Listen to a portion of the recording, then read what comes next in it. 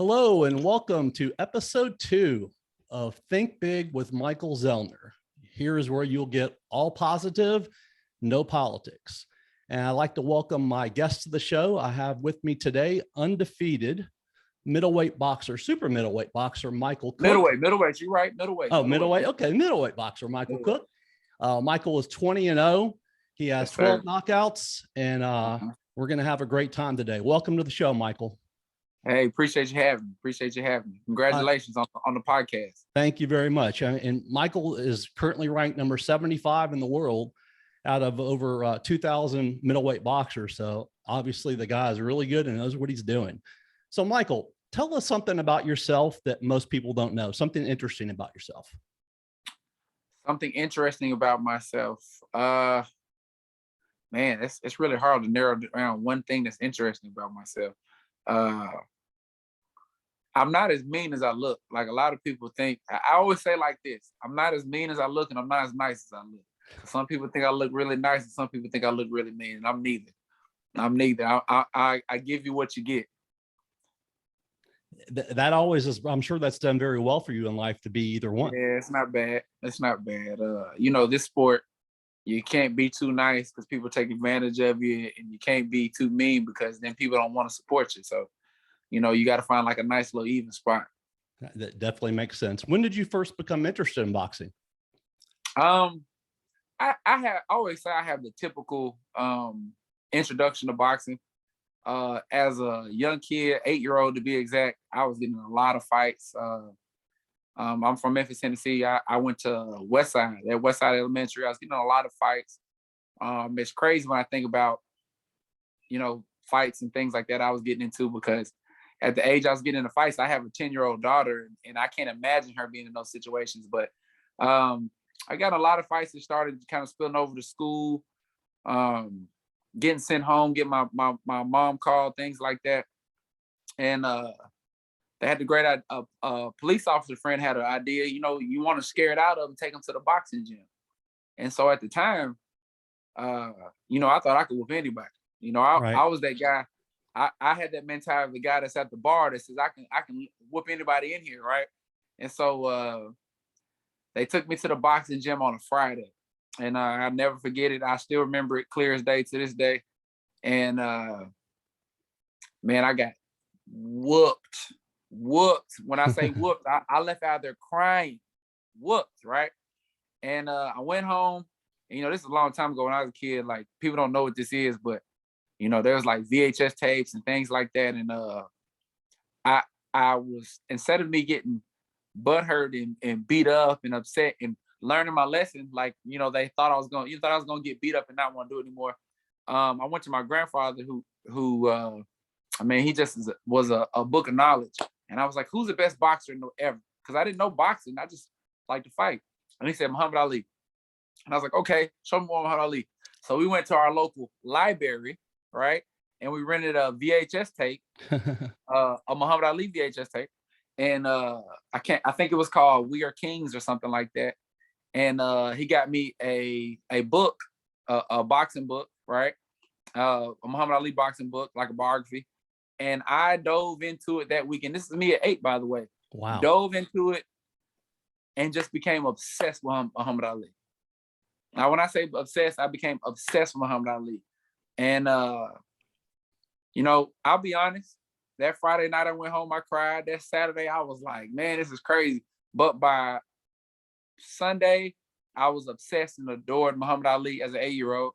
And by that Monday, I went to school, and all I thought about at school that whole day is like, I'm going back to that boxing gym. And so I remember going home, and I told my mom, I said, when we going back? And I remember, my mom being like, what's wrong with this kid? Like, that was supposed to get you out of fighting. Now you're like, I can't wait to go back. And yeah, man, the rest is history. Like, I grew up adoring Muhammad Ali and just couldn't wait to, wanted to be Muhammad Ali. Not even wanted to be a boxer. I wanted to be Muhammad Ali. I just thought he was amazing. So it started at 8, and I've been obsessed with the sport ever since. Like, I as I always say, boxing is my first true love. That's awesome. What a great story. Do you remember the feeling that you first had the first time you entered the ring for Do you remember that The feeling? first time I ever entered a boxing ring, Yeah, to fight, for a actual fight or a for real fight, sparring. a real A fight. real, a real. My first amateur fight, I started boxing when I was 8, but I didn't have my first amateur fight until I want to say I was 11. I want to say I was 11 years old. Like we trained. I think I had my first fight at 11 years old, and you know, to be honest, you know, it's crazy the image you have of yourself. Because I remember the kid, vivid. It's vivid and it's not at the same time. I remember the kid. I remember the gloves looking huge on him, and he had a shirt tucked in, and it looked huge. And in my mind, I was a grown man already. You know what I'm Right. saying? Like I look like I look like this guy already, right? I already was myself. But the kid, he had the gloves were huge, headgear was huge, shirt tucked in. So I'm looking at the kid like you're in trouble. You know what I mean? And I always say I'm not a braggadocious person, but I'm very confident, right? And so I remember going into the fight, you know, excited. That's the feeling I had. I had the feeling of excitement at the gym I grew up in, the local police gym. You know, like we didn't really have like a you only spar this age or you only spar this weight. Like everybody worked with everybody. So I was looking at the kid like he was in trouble. I fought a kid, first fight I ever had, fought a kid from Pearl, Mississippi. And I'll never forget it. In Pearl, Mississippi. And I won, I ended up winning. The referee, I want to say, I can't remember correctly or for sure, but I remember the referee continually stopping it because I kept hitting him with my jab.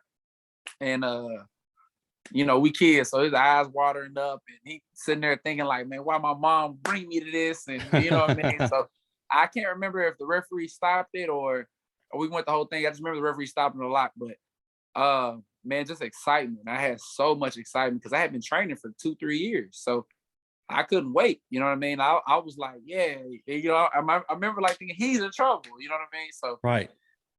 it's a memory I'll never forget, man. I'll never forget that. And it had to be just an awesome feeling. Oh, 11, for sure, 11 years old to do that. That's just for sure. amazing. The best feeling was you know, I trained all the time. You know, I ran, I hit the bag, I jump rope, we would spar. But the feeling of getting to do it in front of your mom and your dad, I got to do it in front of my mom, my stepdad, and I want to say my baby brother was there, and one of my real good childhood friends was there. So that was the best feeling, like getting to do that in front of them, just to show them everything. You know, you always want to show somebody what you're working on. Right. You know, you've been fighting professionally now for about, I guess, around 10 years. 10 years, yeah. And 10 years. Here's the thing about that. I always like to clarify this because I always tell people I've had a 10-year pro career, but I haven't. So I was injured for 3.5 years. So I really didn't have no 10-year career. That was actually my next question. Yeah. You say that, you know, after fighting for several years, you ended up getting a really bad hand injury, and you several times, and you weren't able to compete at the level that you were used to competing, and you ended up retiring. As competitive and as driven as you are, how did you keep that inner fire and going and stay positive? Well, you know, hindsight 2020, right? So it really was a blessing. It really, really, really 100% was a blessing. As I sit here now, my job is boxing. I don't do nothing else. My job is boxing, right? And at the time, I had a full-time job early in my pro career. And one thing I've learned about this sport wants all your time. You know what I mean? It wants all your time. You know, it's like being in a relationship. It's jealous. It needs all your time, where you at, what you're doing, what you're eating. You know, whatever you're doing, I need you to do it with me. And so, you know, I felt like a hot shot kid. My now trainer, Mayette Flowers, had gave me my pro debut when he was still an active fighter. And I won that. I won my second fight, won my third fight. And, you know, I was an athletic kid and I wasn't locked in though. You know, I don't care how athletic you are. I don't care what it is in life. If you're not locked in, like you know, there's already a chance you could, you know, lose or make a mistake. When you're not locked in, you know, anything can happen. It's already a chance you can mess up. You got to try to tighten that window. And so I do things like, you know, not eat right, not wrap my hands right, not warm up, not stretch. Dude, just come in and just get to work. Because, and this is not no knock on nobody, but at the time, you know, I really didn't have no fighters locally that like we were showed how to prepare. Right. Like I'll tell you here in a second, like, I went somewhere else and learned like, oh, what we do isn't a workout. You know what I mean? But I got a small fracture in my hand in a pro fight. And pro fight folks actually thought I was gonna lose, funny enough, but it's another story. I ended up winning. I had to fight one hand, ended up winning. And I was okay. Like I came out of that and was like, yeah, I still won the fight, right? Right. Okay, so healed up, didn't go to the doctor, nothing. I only went to the doctor to find out it was messed up. And me, the person I am, I said, I'm not going back to the doctor because I don't want him to tell me some bad news. So I waited till, in my mind, I said, this don't hurt no more, right? Trained for a fight. Everything was good. 4 or 5 weeks, everything felt great. I was like, okay. The first punch I threw in that fight, I felt that heat shoot down. And I said, I know what this feeling is, right? And so I ended up winning that fight too. I outboxed him, whatever, and felt good about it. Won a clear-cut decision. But here's the thing: before I broke my hand, the fight before that, I was like, I want to say maybe 5-0 with 5 knockouts, and then I won a decision. I was okay with that first decision because I had some adversity. Next fight, did the same thing, won another decision. And I really should have stopped both those guys, right? So then I had like a come to Jesus meeting with myself. I said, man, I was getting frustrated. I said, if I can't compete like I want to compete, then I don't want to do this. And fast forward, I was struggling with it because boxing been my life. That's my identity. Everybody knows me as Mike Cook Boxing. Right. Like since I've been in high school, right? Like people see me, Mike Cook Boxing, MCB. That's everybody knows me. That's what I answer to. If you ask me my last name, I'm gonna tell you boxing, right? So fast forward, I started training people boxing because I wanted to be around the sport. I said, I'm gonna start training kids. So I started training kids became me training adults. Training adults became me teaching classes. And next thing I knew, I was making so much income from that, I stopped working at my regular full-time job, which is hard to be have a full-time job and then be a full-time fighter. It just doesn't, like I said, boxing is jealous, right? It wants all your time. And it was a blessing because I got rid of that job and boxing became my full-time job. Well, I was in the gym with other fighters, other active fighters. And the active fighters, they were still competing, but I would spar. I would still spar, train with them, all this stuff. Guy I trained with, man, he was still fighting and he was still fighting at a high level. And I'd spar with him and train him. And he kind of told me, was like, hey, like, why you don't fight again? I was like, I'm injured, and he was like, what? You know what I mean? And I had to have like a real realization. I was like, oh, wow, I'm injured, but I'm not injured. Like the injury is gone. 3 years have passed. So I slowly started training, getting ready for a fight. I came back fighting at super middleweight. It was a slow process, brother. It was a slow process. But, even like people love bringing up my age. And I say, man, I ain't got the wear and tear you got. Right. You know what I mean? Like, and now on top of that, I'm a defensive fighter. I don't take a lot of punishment. I haven't taken a lot of punishment. That's always been my gift is defense. You know what I mean? So my career isn't been 10 years. It's merely been like 7. You know what I mean? But it's been a blessing. That was a blessing for me because now, like I said, now full time I'm a fighter. Now full time I run a gym.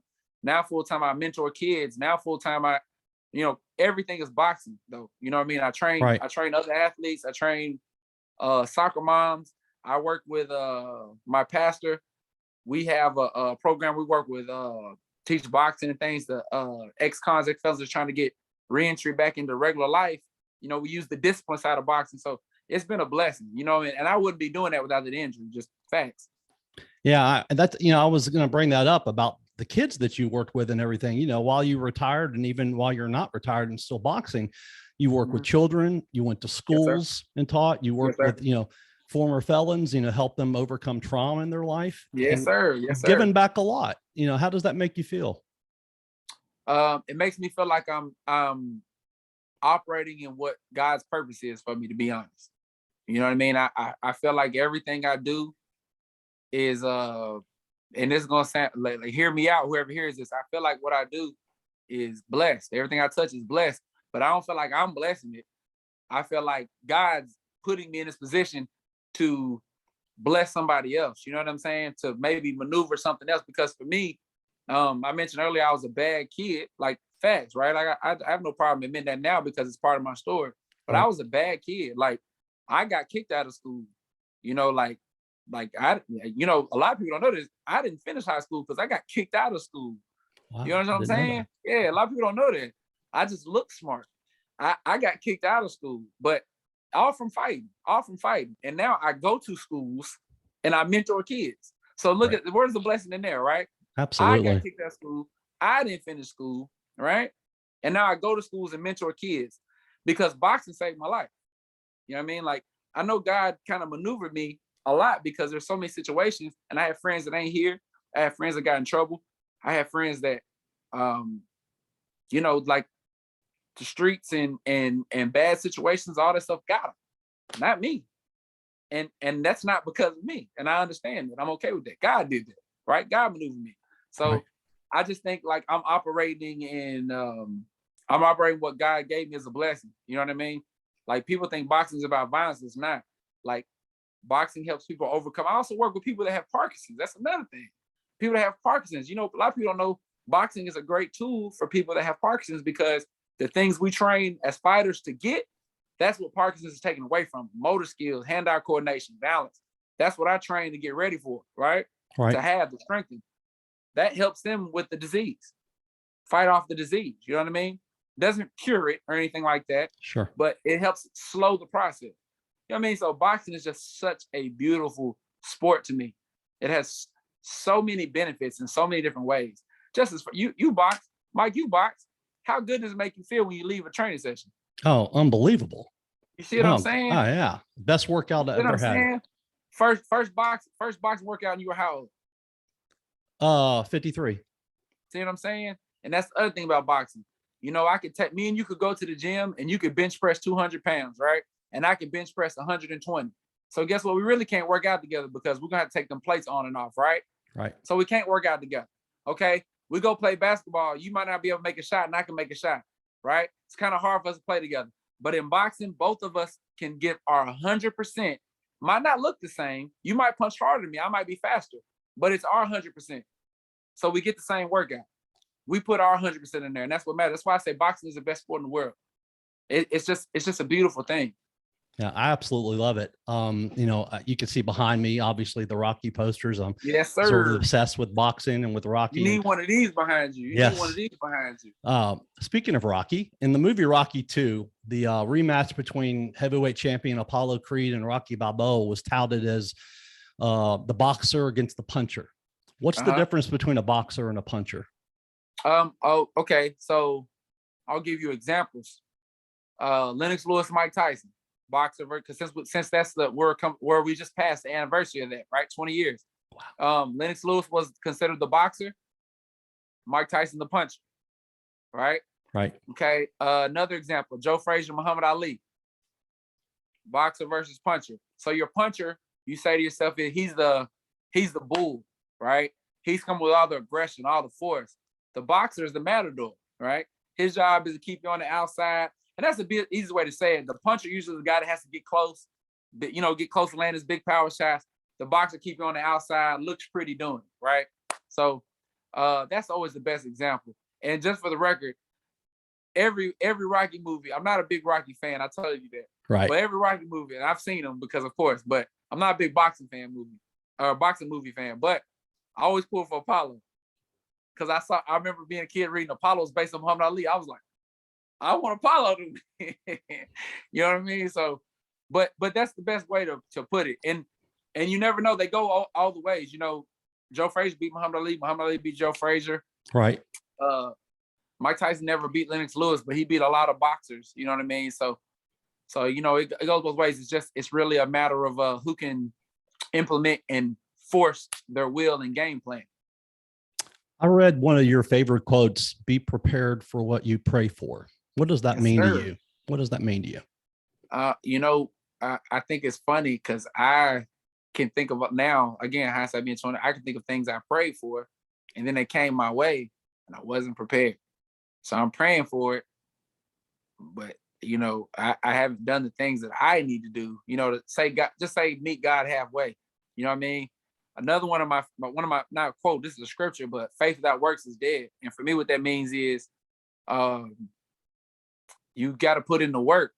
It's like you expect the paycheck, but you ain't worked the hours. You know what I mean? Right. And for me, like, just say I pray to be a world champion. Okay, well, I get that phone call, hey, we want you to fight somebody, and I haven't been training. Well, I have to say, well, I can't fight because I haven't been training. You know what I mean? For most part, people know me for the phrase always working. Oh, that's what always working means to me. Like, you can't be praying and wanting these things and not be prepared for it. You know what I mean? Right. Like, you have to be prepared for the blessing. It's like it's like you see people want something so bad, but they don't want to go do it. You know what I mean? I want to be in shape. Well, I'm not going to the gym. You know what I mean? I want to lose weight. Well, I'm not eating right. You know what I mean? Like, it just doesn't work like that. You know what I mean? So you can pray and want and hope you get these things, but if you're not putting in the work, most times it's not gonna do it. God might put you in the situations where you can get it, but if you're not prepared for the situation, what's that matter, right? You know what I mean? So for me, that's something I honest to God, I live by. Like, you have to be prepared for it. You know what I mean? You really do. You have to be prepared for it. And if you're not prepared for it, you probably shouldn't be asking for it. You should be praying that you can get prepared for it. You know what I mean? So you can be ready for it. You know what I mean? So that's really what it means to me. What do you think is more important in boxing, skill or will? Oh, skill. I you know what? I tell you what, they go hand in hand, because I've seen a guy with more skill get outwilled by a guy who wants him more. I've seen a guy with great skill break a guy's will. So you know what? I don't care what nobody tell you. They rhyme for a reason. Skill and will, you need both. They rhyme for a reason. They go hand in hand. You need both. If you got the will, you can get the skill. You know what I mean? So I might say will. Okay. I might say will, because I'd rather go out on my shield anyway. So I'm gonna say will. Right. What boxing legend do you most emulate, that most influence you in your life? Has it been Muhammad Ali? In my life, probably Muhammad Ali, but I love Muhammad Ali for the man. You know what I mean? Like, I like, let's just say we in Memphis. I know a lot of people cried when Elvis Presley died, right? Right. Well, I cried when Muhammad Ali died.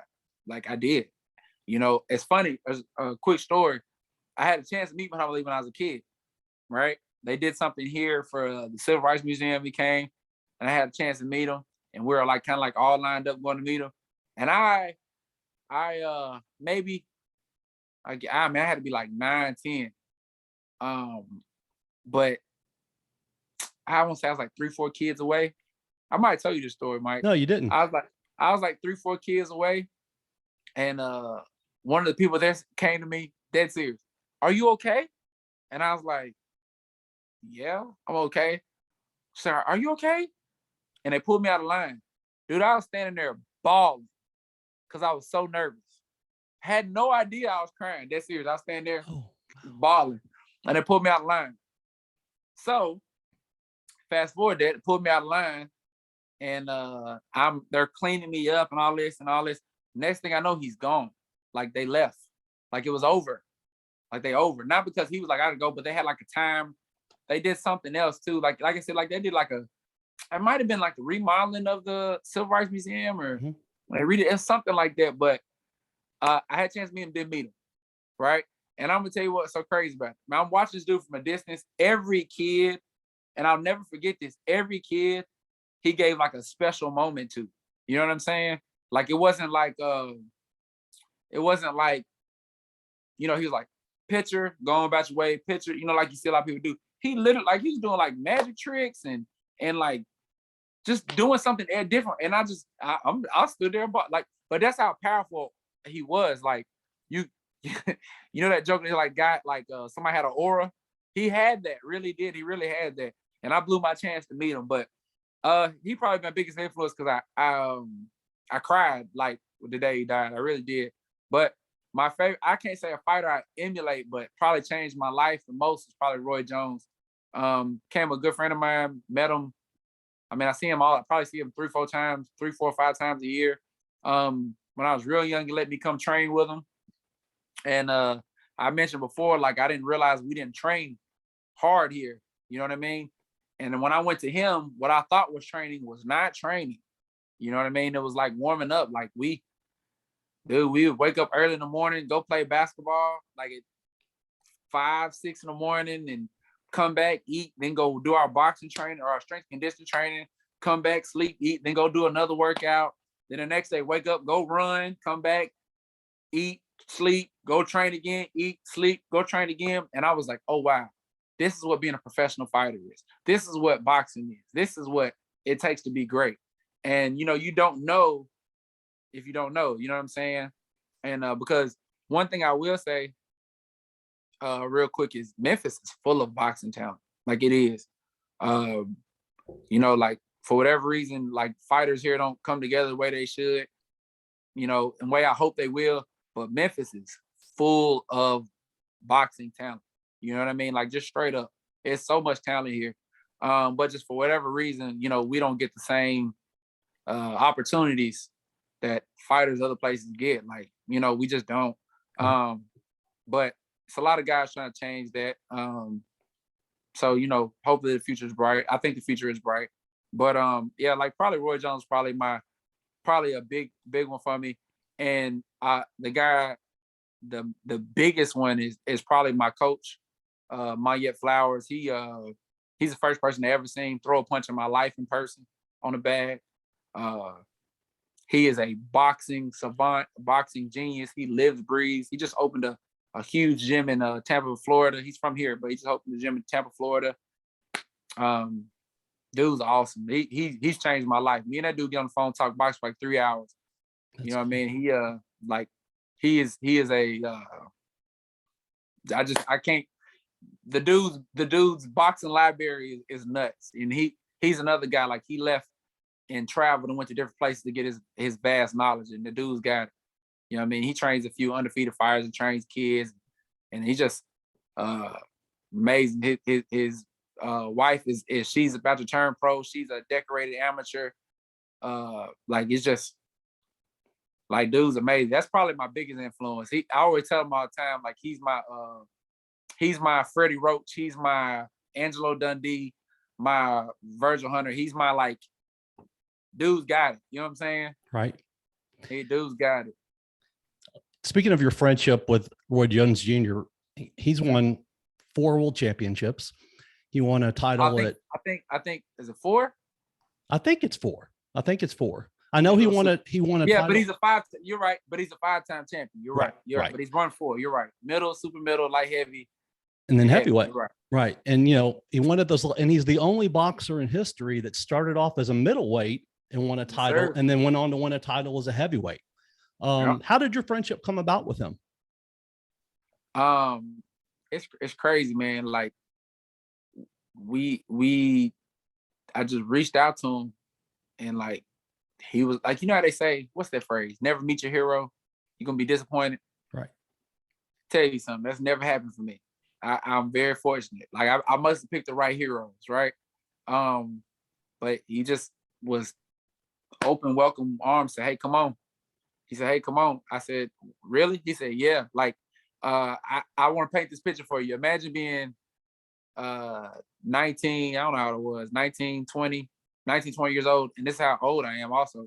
And looking at my house caller ID at my mom's house and seeing Pensacola, Florida, and knowing what that means, right? Right. I called back and somebody's like, he's not here. He'll call you back. And he actually called me back. And he said, well, I'm about to go train in Pittsburgh. You want to come? I said, like, really? You know what I'm saying? So I went down there. And I mean, like, when you talk about somebody that's an all-time great, like every time I go down there, I come away with something that was like a life-changing, not just like boxing skills either, like just how to operate. I'll tell you a funny story about Roy Jones. So I fought, I think maybe my fifth fight, something like that. I fought at the New Daisy. I won't say world famous, but Memphis famous New Daisy, right? Right. New Daisy used to be a boxing hotbed. So I was fighting some guy, I can't remember his name. Name don't even matter. But so Roy Jones came to see the fight, right? Comes to the fight. So Roy comes and he goes on Hot 107.1. And he says, blah, blah, blah, I'm here, check out the fight, blah, blah. Oh, check out Mike Cook. And so somebody goes and tell the dude that Roy Jones is here, or he gonna come watch him. Dude left. We weighed in. The next day, nowhere to be found. So, being the person I am, I'm there on fight night. Listen, Mike, I'm pissed. I'm a ticket seller, right? Right. Thank God. I'm a ticket seller, right? It's hard to make in the sport out being able to sell tickets. Not even sell tickets. Want people to come see you in any sport, right? And I'm so mad, bro. I'm like, this. I want to fight in front of Roy. I want to show him how hard I've been training, blah, blah, blah, blah. Man. So they was like, well, since you ain't fighting, everybody's here. Roy was like, come sit ringside with me. So I sat ringside with Roy. Watched all the fights with him. No joke. Let me tell you something. This is how immature I was. The whole fights, I sat like this. Pouting. Like this. Pouting, mad the whole time, right? But he leans over to me, and at the end of the last fight, he goes, all your people that are here that came to see you fight, this is like life changing for me. I'll never forget this. All the people that were here to see you fight, tell them don't go nowhere. We'll take pictures after the fights, after it clears out. Mind you, I sold like 200 something tickets. The New Daisy holds like 400 people, right? Maybe less than that, right? So he did. And me being the idiot I was, and not realizing like this is a guy that's operating his blessing. Like he's operating in what God has him to do, right? So he don't rush nothing. You know what I mean? He takes it as it comes, right? And does what he feel like God wants him to do. And like an idiot, I say, man, do you ever get, because everybody's rushing to take pictures with him. Of course, it's Roy Jones Jr., right? Matter of fact, put it like this is Roy Jones Jr. in like 2012. You know what I mean? Like he's still like, folks talk about a Floyd, Mayweather, and all the other. Like, man, Roy Jones is Roy Jones, bro. You know what I mean? Like, Roy Jones is Roy Jones. And so I said, man, you ever get tired of all these people wanting to take pictures? He goes, why would I? He said, I prayed to God for this, and God gave it to me. So I got to do it. Dude, not only did I feel like a douchebag for saying that, right? But I was like, wow. So this is how you're supposed to operate. So that's why you'll never catch me be like, no, I won't stop and talk to this person. No, I won't stop this, because I learned the lesson right then. And so, just stuff like that, man. Like, like one thing I always say about Roy that I always love is like, you see a lot of people, get an award or win a fight, and they be like, I want to thank my trainer. I want to thank myself. I want to thank my parents, blah, blah, blah. They never say, I want to thank God. He always says, I want to give this victory to God at every fight. It's like two fighters I've seen do, are not, a lot of fighters do it, but you might sometimes forget, but sure. Roy Jones Jr. and Andre Ward, I always see them do that. You know what I'm saying? So it mean a lot to me. You know what I mean? Always meant a lot to me. That's why I said, like, besides the boxing stuff like that, because I've seen them, not just that, that's just a funny story, because I ain't get to fight and I pouted, but I see him do it all the time. You know what I mean? I see him do it all the time. He actually,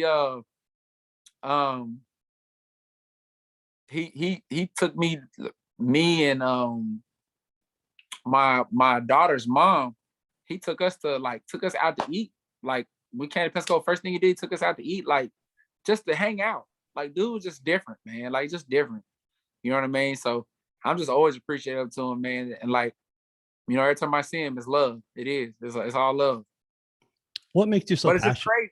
It's a blessing because like, again, I'm showing my age. I used to record his fights on VHS tapes. You know what I mean? And I'd go watch him every day to the point where I could tell you I close my eyes, hear the commentary, and tell you what's about to happen, right? And then now I looked up and I'm like, I'm sitting, I'm training with the dude. I've been hit in the face by Roy Jones Jr. You know what I mean? Like, it's surreal, but it's if you believe you're doing what you're supposed to do and you're operating, your gift that God gave you, like, that's the type of stuff that happened. I really believe it. What makes you so passionate about boxing? You want to be honest? I don't know. Like I don't know. I just I don't know what drew me to boxing. I just know at 8 years old, like I did it. You know, I came in the gym, dude punched me in the nose a few times. I cried. Mom picked me up, and like I just forever since I just as I've kept going through this and on this journey, one thing that makes me love boxing is like I said, like boxing is for everybody. But people think boxing is like, oh, they just hitting each other. Oh, you know, not everybody's gonna be a world champion. Not everybody's gonna be a fighter. You know what I mean? But boxing can teach you self-discipline. It can teach you to control your emotions. It can be a release of your emotions. You know what I mean? Like I got people come to the gym that just worked a long, hard day. And you know, they come and get that stress off on the bag. Or I'll take it a step further. You know, one of the things I got a message almost every day during COVID, Mike, when are we opening the gym, man? I need the gym. I need the gym. Like, so like for as far as like mental health, like that's amazing. You know what I mean? Like so like, I mean, like COVID made me appreciate boxing even more. Like it's just it's such a versatile workout tool and sport. It is, you know what I mean? Like, and then it's the sweet science. Like, I don't like no other sports, but man, like to tell a guy, hey, you can only use your hands. Like, I know a lot of people talk about mixed martial arts, this and all that. And like, and I respect anybody that can get in their respective sport and perform at a high level. But when I tell you, hey, you can use these and you got to defend the other guys, it's impressive to me, man. Like it's some nuances to it. And I don't know, I just love the sport, man. It's everything I got in life, from my fiance now to the church I go to my managers, to all my friends, to everything, to my job, all of it from boxing. All of it's something from boxing. The tree always boils down to boxing. You know what I mean? So that's why I love it. How I do tell you? you, my last name is boxing. Yep. How do you keep learning? You never stop learning. I every fight I take, I like to take like 12 to 8 weeks to get prepared for a fight. And I start off fresh every fight. I'll go work on basics. My mom used to think something was wrong with me because, you know, folks was watching cartoons. I was watching boxing. You know, I said Indian style for my mama's TV to watch boxing. You know what I mean? Like, yeah, I know everybody's watching cartoons, doing this. I was excited, like, oh my God, so-and-so's fighting this weekend. Sitting Indian style from my mama's TV watching that. You know what I mean? So, and I still to this day, I watch boxing every day. Every day. I watch it one time for the entertainment. I watch it another time to study it. I watch it another time to see what this guy was doing. And I watch it another time to see what this guy was doing that made this guy do what he was doing. You know what I mean? So Right. I study it not just for myself. Sometimes I study just to help others. You know what I mean? Like we got this big fight coming up, and a lot of guys I don't like to say train, but a lot of guys I try to mentor. You know what I mean? Like, you know, be a big bro in a sense, you know what I mean? Or even just a friend. You know, I done studied their opponents. So they come to me with anything, you know, I'd be happy to say it. You know what I mean? Like, tell them and give them a little advice or whatever. You know what I mean? I just love the sport, man. I love boxing. I do. I love it. I love it. I love it. I think about how to beat this guy, what to add to my game, how to implement something in a workout for somebody else. How can this help somebody with Parkinson's if we do this? You know, when you come and train with me, Mike, what we do? I change it up every time, right? Right. You know what I mean? It's just it's such a changing sport. Like, so I learn every day that way. You know what I mean? I learned every day that way. I learned how to cross-train other athletes with it. You know what I mean? I work with basketball players, professional basketball players, and there's so many different ways it helps them with basketball. It's crazy. It's everything, man. Yeah, it's funny you say that because you see a commercial on TV right now with Damian Lillard. Right, exactly. Boxing. Don't worry, I'm gonna spar Damian soon. I'm gonna spar Damian Lillard soon. I'm serious. I'm gonna spar Damian Lillard soon. I believe you. I'll let you know how it's gonna go. I believe it. I would love to see that.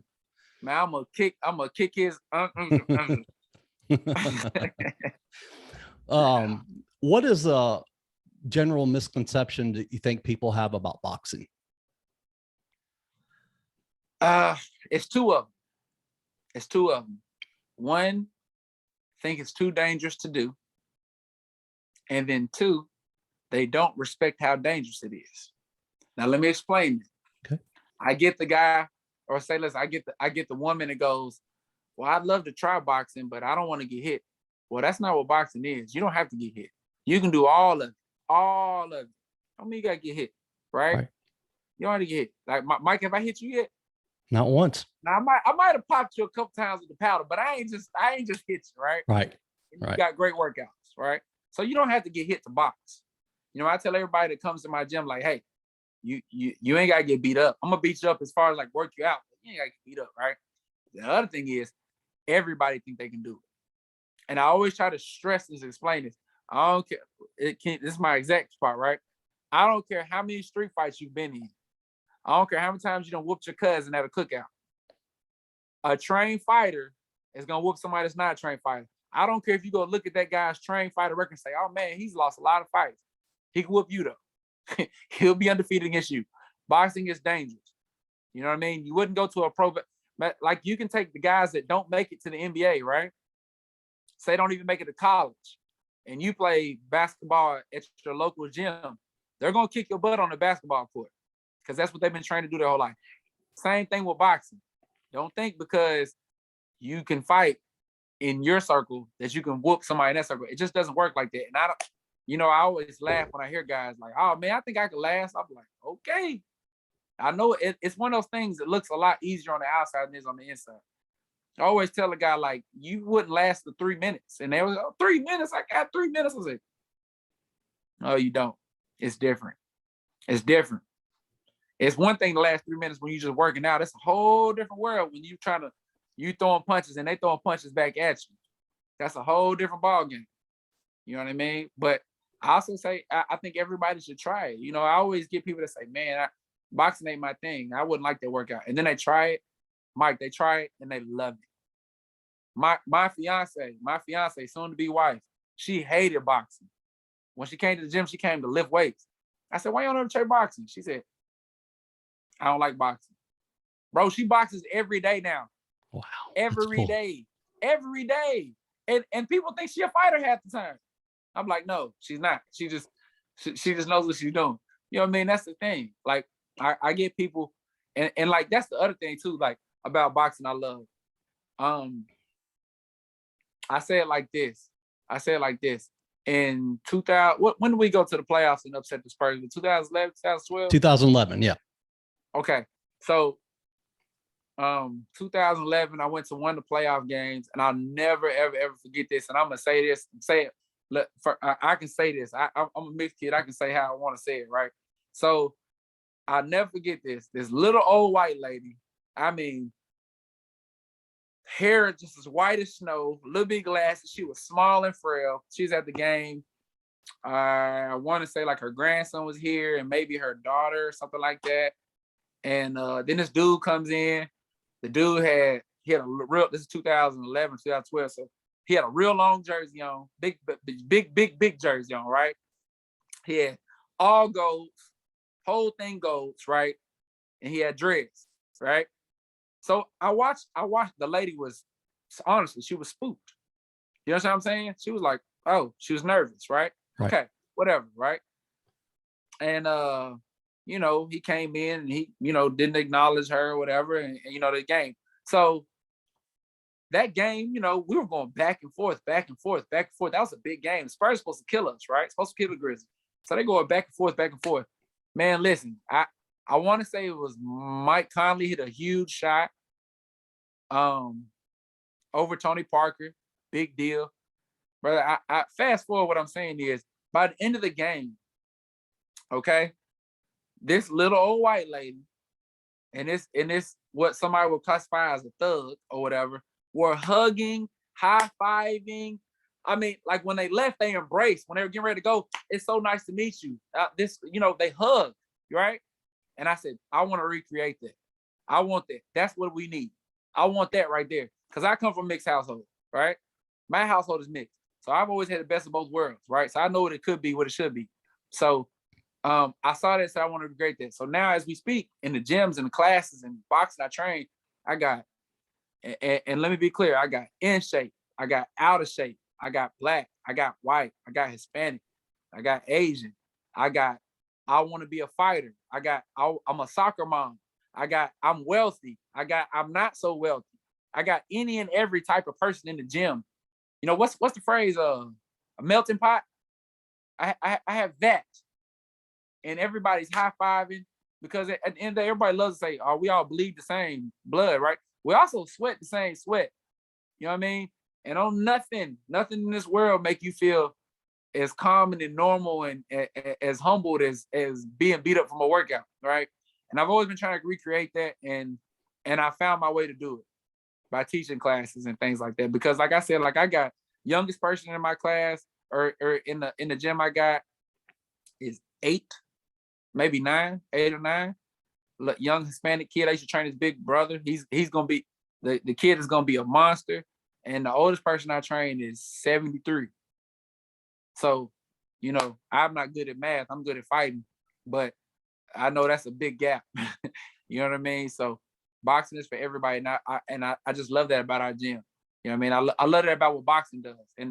And that's, you know, that's just such a great thing. That's why I ultimately say I love boxing. Awesome. It's just for everybody. You're right. Absolutely. Well, you have a big fight coming up on Saturday, Yes, June sir. 18th at the Agri Center in the amphitheater. Tell us a little about the fight, your opponent, and about that night. It's June 18th, next Saturday. It's at the Agri Center. We're going to be in the, I want to say it's the Agri Center Auditorium. You know, the Agri Center is a big building. Got a lot of different spots. I think we're going to have 8 fights on the card. I'll be the main event. We got a pretty cool exhibition too prior to that, or before the fight, the card actually starts. I can't say who it's going to be and what it, but it's going to be pretty cool. So I say get in the building and watch it. You'll know the people. But I hate it. I can't think of my opponent's name, but he's from Argentina.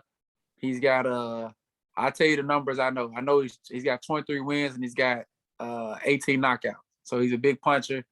I can't think of his last name. There's no knock on him. I'm just not good with names. I'm good with faces. But I've trained hard for this fight. I've trained real hard for this fight. This fight was supposed to be at 154. I've been busting my butt to get down to 154. And instead it's gonna be, I think, at like a catch weight, like 159 or something like that. But it's all good. I'm in shape. I mean, I think you can see I'm in shape.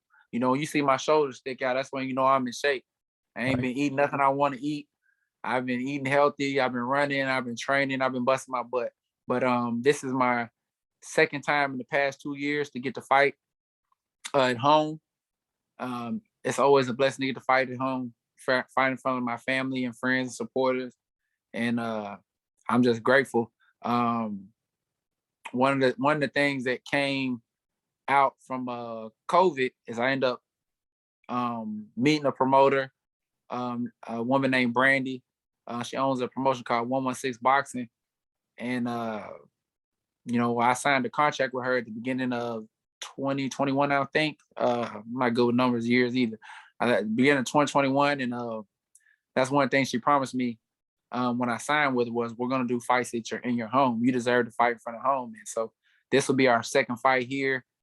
I think it's going to be a big card. My coach, I don't like to call him my trainer, my coach, Mayette Flowers, my friend, my brother. His fiance, his wife, I'm always call his wife. His wife is actually turning pro on my card. You know what I mean? So, and she's a highly decorated amateur, and it's just, you know, that's the things I love about boxing, because, you know, at the end of the day, you're not gonna remember all the fights and stuff like that. You remember all the things before and after. And like, one of the things I'm super proud of is she's turning pro on the card. So her name's Stevie. She's a bad cuss word, right? So, you know, check her out. And I'm just proud of things like that. But I also got friend and training partner of mine, launching her D-Mac Walker. He'll be the co-main event. He's from here as well. Very similar story to mine. Was getting in trouble a lot. Boxing to save his life, change his life. And hungry kid. And it's a lot of good fighters on the card. Some local talent, some talent from across the country. So it'll be a big show. Yeah, I can't wait to see it. That's going to be awesome. What are the most important lessons you've learned in life? Most important lessons I've learned in life, hands down, is simple. It's God first, family second, and work hard for everything you want. I mean, that's it. You work for it, you can get it. You know what I mean? Like everybody you know that's successful wasn't always successful. You know what I mean? Like that's the things I know. Like you don't believe everything you see. You know what I mean? Like you go and see and dig into some backstory or let them tell it. And that ain't always been like that. So if they ain't always been like that for them, things can change for you. You know what I mean? All us got our dark moments, have had our rough times, rough patches. And I'm one to tell you, like, I've had my rough spots. I've had when I had the injury, I had to retire from boxing, that was a bad spot for me. Like it really was. And I'm just so grateful and thankful and blessed where I'm at now. So tell anybody, man, God first, family second, and work hard for everything you want. It's very achievable. How can people find you online to follow you?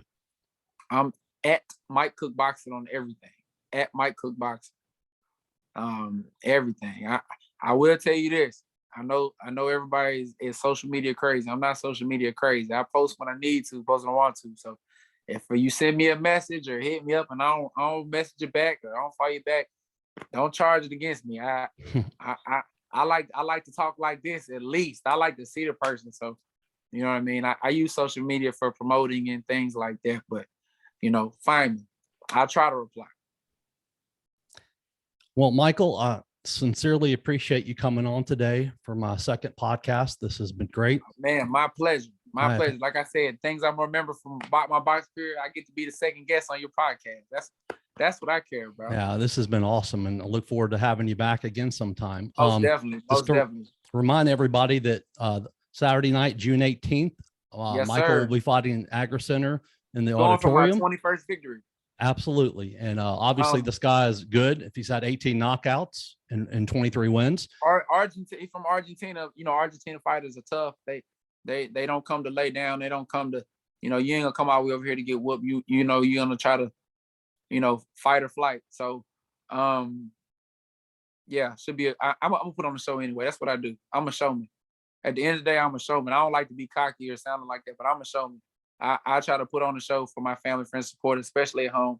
I would like to, I have such a great team around me that makes these things happen. Make these things happen, from my wife Jasmine to my managers, and also my pastor is my pastor is my manager. Him and his wife, DeAndre Vanessa Brown, and my promoter Brandy and her family, and my trainer Maya Flowers, and my co-trainer Ray Lapone. And my other trainers, I got two more trainers that help me in the gym, strength conditioning, stuff like this. It's Curtis Tate and my little brother Zeeks. Like I couldn't do it without them. You know what I mean? So, without them, all them, like I said, we're a team. We make this happen. I go in there and fight, but they do everything on the outside. That's super important. Absolutely. And I want to shout out the gym I'm at too, please. I'm at Chill Cuts MMA, Chad Chill Cuts MMA. That's where we do our boxing, so we cover everything from boxing to MMA to jiu-jitsu. What you want, what we got. I can attest to it. It is worth it. The training is awesome, and when you get finished, you will definitely be exhausted, but a good exhausted. Change lives, man, for the better. We're trying to change lives for the better. Definitely. Don't forget, doors open at 6:00 Saturday, June 18th at the Agri Center. There's going to be 8 matches on the card. Michael's fighting in the main event. And you can get tickets at the door, or you can get them at Eventbrite, BRITE.com. So come on out and see great boxing here in Memphis. Just type in Memphis Boxing Fight Night. They'll come up. Absolutely. Michael, thanks once again. I appreciate you, man. Thank you. Appreciate you. Thank you. Appreciate you.